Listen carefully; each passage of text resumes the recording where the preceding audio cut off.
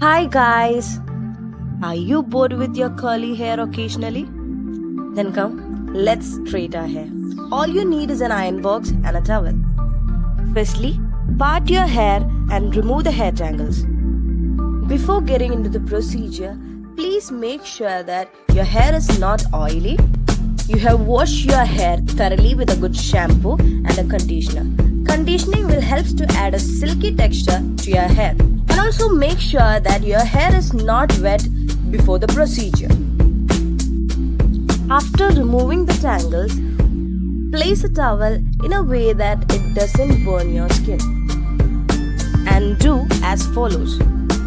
Maximum temperature has been used for the purpose.